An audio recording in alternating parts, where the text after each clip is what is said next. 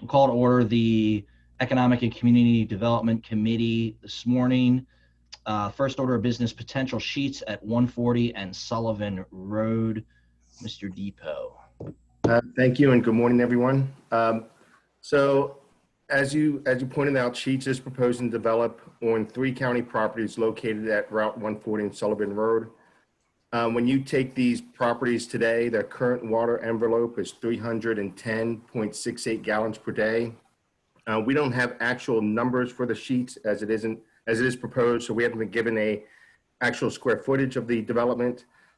But Sheets did provide us some comparables, and they range anywhere between about 1,200 gallons per day to 2,000 gallons per day. So they will need water for this development from the city. So therefore, they would need ultimately to annex into the city. The applicant for Sheets is requesting a good cause waiver as opposed to annexation. And ultimately, with a good cause waiver, they would be subject to annex. So they would, if they were to get the good cause waiver, they would then proceed through development and then eventually annex into the city. The issue here is, from a staff standpoint, there's a couple issues. The good cause waiver process, the Sheets itself is a by right use in the county, and it's a special exception use in the city.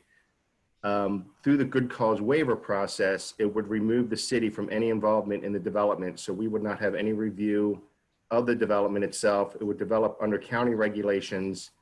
And then after being developed, it would then be annexed into the city. So that's a concern that staff has, that we would lose that development and review process ability if it was to develop out in this in the county first.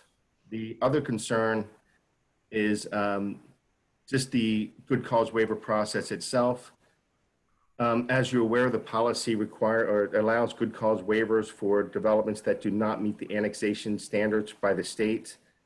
We do have some concern as to whether this property, although separated by Route 140, is still considered contiguous to the city and therefore not subject to a good cause waiver process because it would meet the intent of annexation. And then again, therefore the applicant should go through the annexation process as opposed to the good cause waiver process. And I have spoken to Alyssa about this.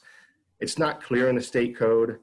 The state code references that properties that are contiguous and adjoining would go through the annexation process. So the concern here is this contiguous and adjoining, although separated by a roadway. And it's not unclear. It's for the record. I'm sorry. So we believe that they don't have the ability to go through a good cause waiver process. Now, again, this is a policy, and it is part of the Mayor and Common Council. If they saw fit to alter the policy to allow this for good cause process, that's certainly up to the Mayor and Common Council.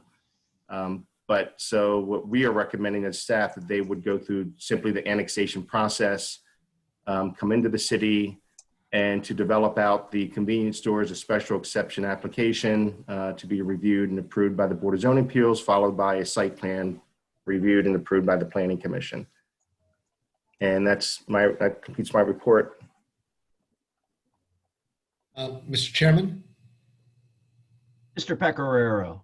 Thank you. So is the applicant's concern the time delay caused by having to then go, once they apply for annexation, then having to go through the annexation process and then having to go through the BZA process, all of which adds a lot of time to this?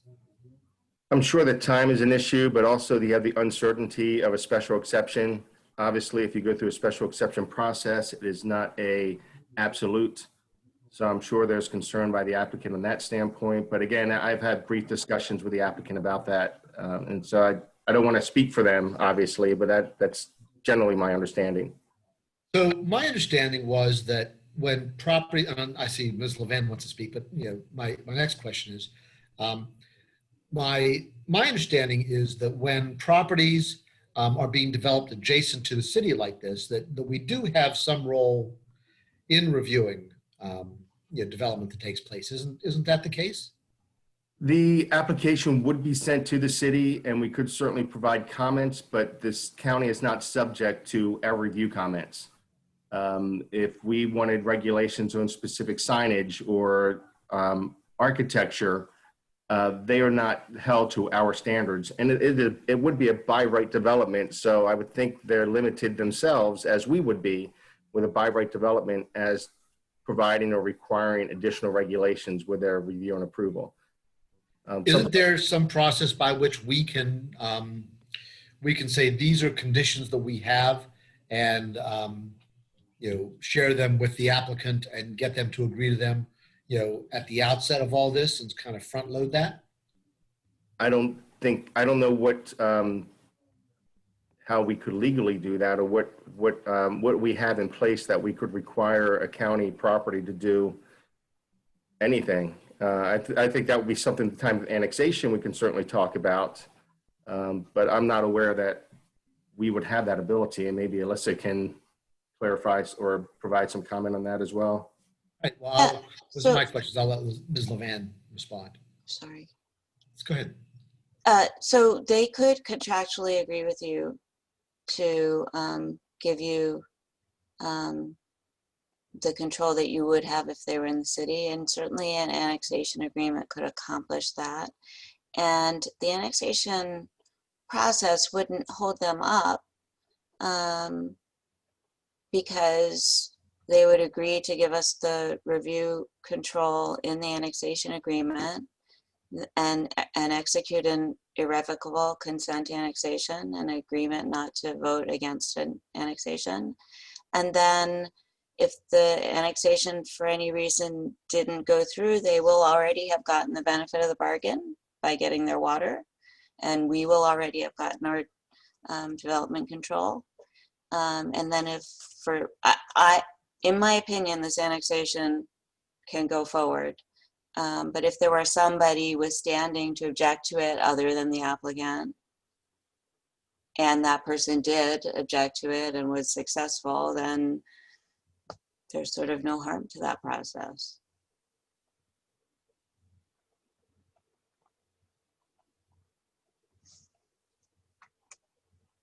Okay. Any other questions from the committee?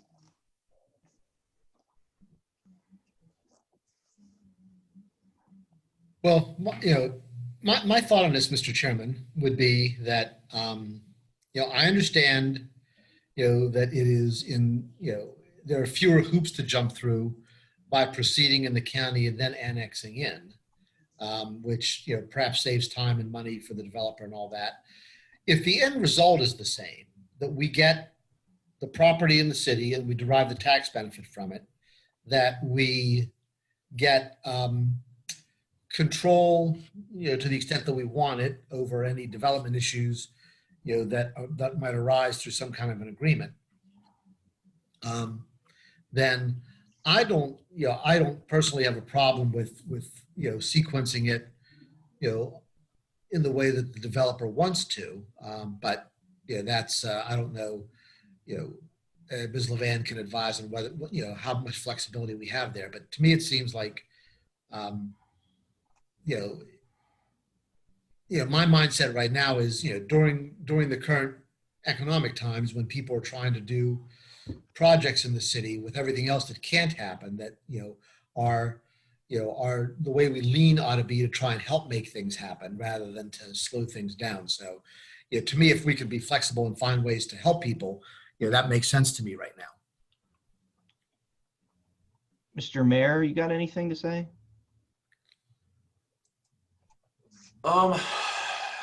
It sounds like we can get to if we can get to the same place either way.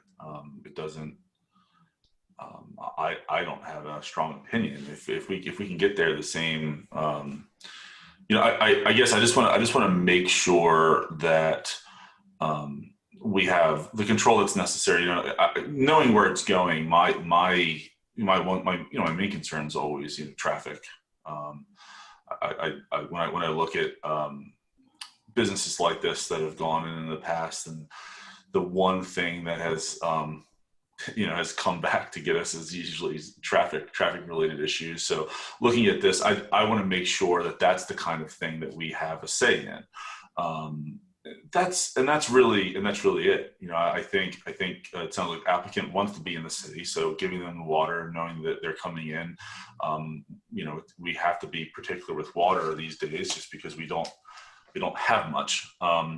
But it doesn't sound like that's a problem. My only real concern here is traffic, and unless there's something else that could be a main concern. I mean, I know you have like signage and so forth, and it is on a major road, so I think that is an important consideration. But as long as we have controls over that, I'm fine with doing it that way. I just want to make sure we have those controls. I know once I guess the way to look at it is once they have the water, they they can kind of do what they want unless we have an agreement that says otherwise. So as long as we can accomplish that another way, I'm totally fine with it. I just want to make sure that we can absolutely have a say in those issues.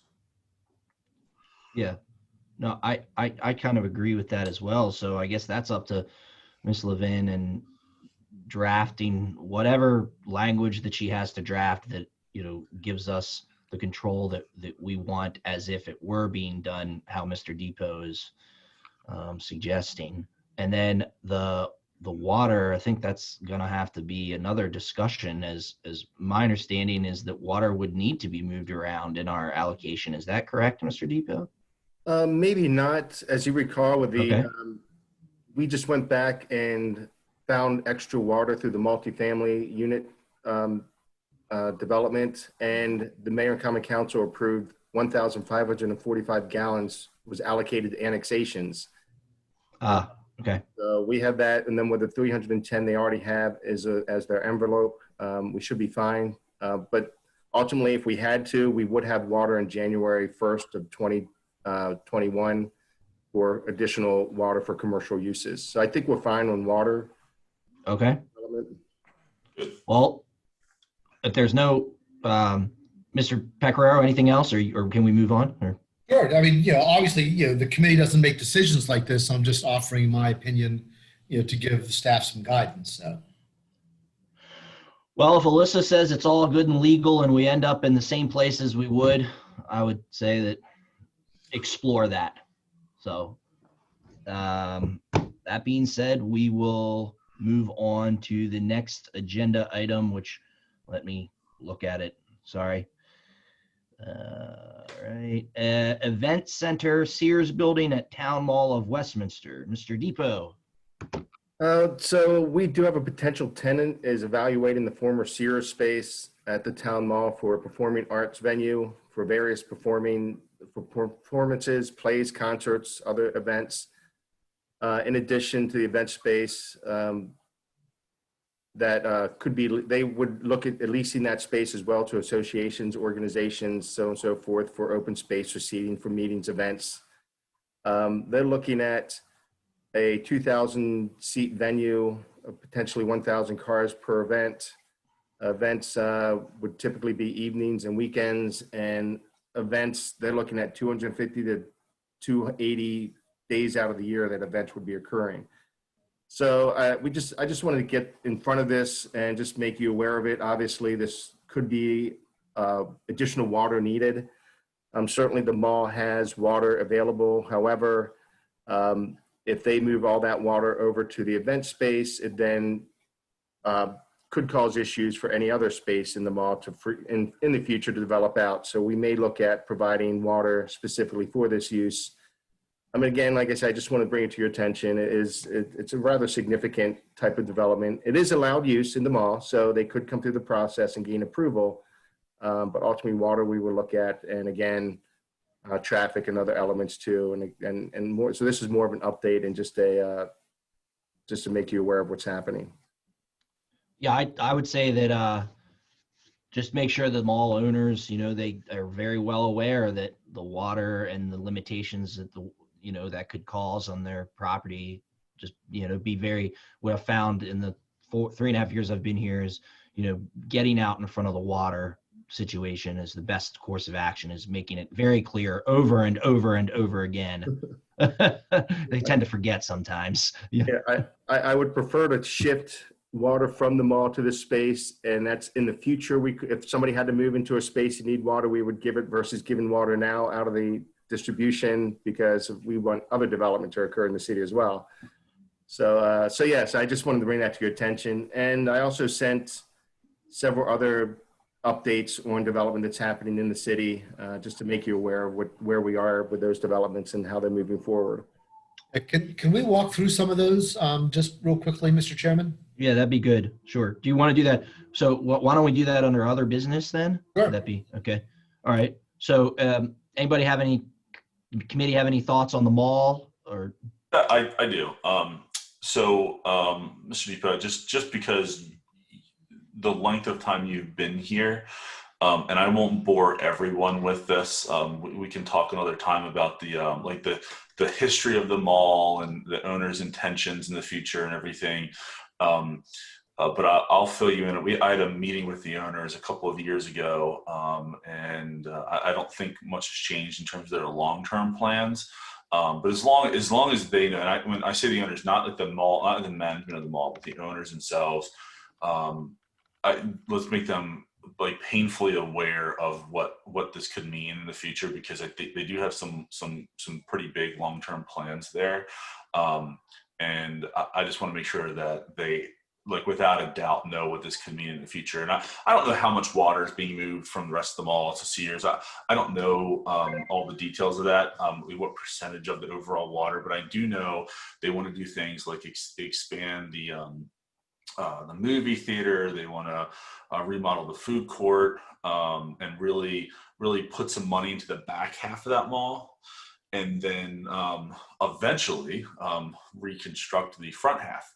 So into like an outdoor style mall. At least that was their plan up to somewhat recently. So pretty big plans, and I think a lot of it's really good for the city. I think, like, people are screaming for, well, they were screaming for a better, larger movie theater.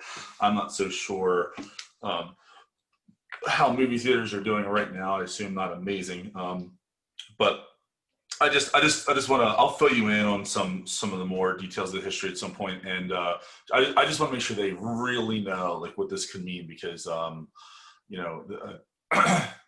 I think they have, like I said, I think they have some pretty big redevelopment plans there, and it goes pretty far out in timeline though, so that should be okay. But just err on the side of like over explaining to them what it means. That's all. Okay. Any idea how much water are we talking about there, Mr. Depo? Any guess? None at all yet. This is just very preliminary. I know Andrea has been looking at it and trying to evaluate. I don't think she's. It's difficult to understand because, as you can imagine, the mall is a big space, and not each tenant has a meter, so it makes it a little more complicated how much water they have and what is dedicated to Sears and throughout the mall. But she is looking at it, and I can get those numbers to you once she's done the research. Yeah. Well, I'm sure you'll need them as we make this decision, factor this in. But I certainly am not interested in telling the owners of the mall how to lease out their space. That's up to them. What they think they can do that'll bring activity in it. So it seems like a very optimistic plan to me. But we'll see how they move forward with it. Okay. all right, then we'll move on to other business. Some updates on development projects. I don't know that. I think there was almost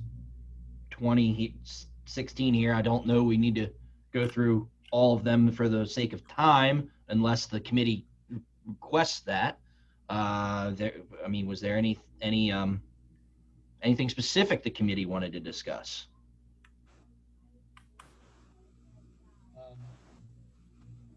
Mr. Chairman, Mr. Chairman, I'm curious about the Mission Barbecue thing. It seems like, in a parking lot that size, in a big shopping center, that holding everything up over parking a catering truck seems to be, defeat, kind of an odd thing. I mean, it seems to me like we could, I mean, everybody's anxious to see that developed, and it'd be a good thing for the community to have, a well-known, restaurant like that. So I'm just curious as to, how we're moving forward on resolving that. And again, the site plan's approved, building permits are approved, so they can build the building and move forward with development. That's not being held up. And as you probably know, the old building's been taken down. So they're moving forward with development. The only issue now is the catering truck. And this happened after the site plan was approved and we weren't aware of it. Maybe a little research, we could have maybe thought about that, but it wasn't brought to our attention until after the fact. And as you can imagine, the site plan's limited, and it does have we're subject to that. And this is an unusual case where the Mission Barbecue site is its own property. It's not part of the larger surrounding center. So the Mission Barbecue restaurant itself is meeting its requirements for parking on their site. And that's what they've obtained approval for X number of seats.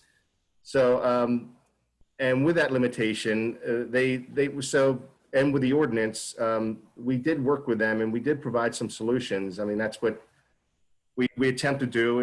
As you could imagine, we want development to proceed and we want to help out people, and we work with them. And some of the solutions we offered as a possibility for the catering truck is they could certainly reduce the number of restaurant seats. They have, I believe, 130 seats, which that generates how many parking spaces are needed. If they reduced it to 124 seats, it would open up 2 parking spaces, allowing the catering truck. The other option would be to work with the adjacent property that has an excess of parking and get a shared parking agreement. So if they want to maintain the total number of seats, they pick up 2 parking spaces off-site, freeing up 2 on their site, allowing for the catering truck to be stored there. So we have provided some options to them. I did reach out to Kelly Schaefer as the representative. I reached out to her again. We just have not gotten anything back to them as to how they may proceed.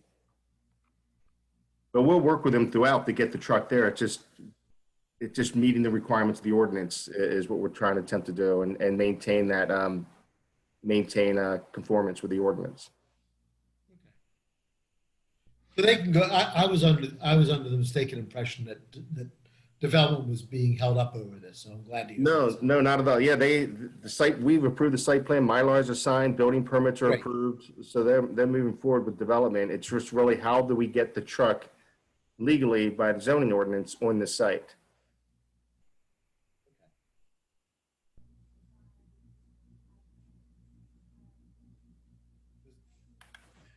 Okay. Ben, did you have something to add? No, It looks like Ms. Levan was. Oh, sorry. I think you're muted. She's muted. I thought you said Ben. Sorry. You're still muted, Ms. Levan. Sorry. There we go. He did say Ben. But I was sort of like waggling my fingers. So I'm just wondering whether the issue of an administrative adjustment is a possibility. They could request administrative adjustment for parking. What does that mean specifically? They could request, and this is something that I would come before me that I would review and approve, and they could request that if they're required 40 parking spaces, they only want to provide 38 parking spaces for the restaurant use, thereby freeing up 2 spaces for the catering truck. And that's certainly an option. And thank you, Ms. Levine. I appreciate that. That I'll inform them about that option. Well, it just occurred to me, and I'm not sure, the administrative adjustment provisions in the code require or sort of contemplate the adoption of criteria and procedures, which I have no idea whether that ever happened. So that process might actually be longer than the other solutions you've raised, because they would have to be developed if they haven't already been. We have those already. We've held a few administrative adjustments recently, the last few months. One for family and children services for parking and landscaping, and one for Valvoline actually for parking.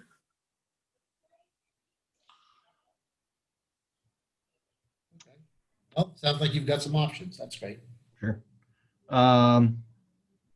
Mr. Depo, was there any other, out of the 16 developments, was there anything pressing that you wanted to bring to our attention? I had one other question, Mr. Chairman. Just curious, what's going on with the Starbucks? Is it the Starbucks that's existing, or is it something different? Yes, Starbucks is existing. They're trying to put in a handicap ramp. And oddly enough, we've had a lot of issues with the engineering aspects of the ramp. So it is an existing Starbucks, and I think they are coming close to going to the Planning Commission. So again, it's fairly minor. It's not changing much in the site. Okay. Some of the I was hoping they'd come up with some brand new traffic solution that you were. No, this is for people they have, I think, not for the cars. Okay. I was just curious. Thanks. Any other questions from committee? Okay, that being said, I can, hold on, let me see here. I think we have a closed session that we will be doing. Can I get a, Mr. Pecoraro, do you have the sheet? Mr. Chairman, I move that we have the committee move into a closed session to consult with counsel to obtain legal advice on a legal matter. Okay, second? That would be you, Mr. Chairman. Oh, okay. Yeah, I second. Are all those in favor? Aye. Aye. Cool. All right. So then if any other business from staff that needs to be brought to our attention. No. All right, great. Well, then we will see everybody in closed session and meeting is adjourned. Thank you. Thanks.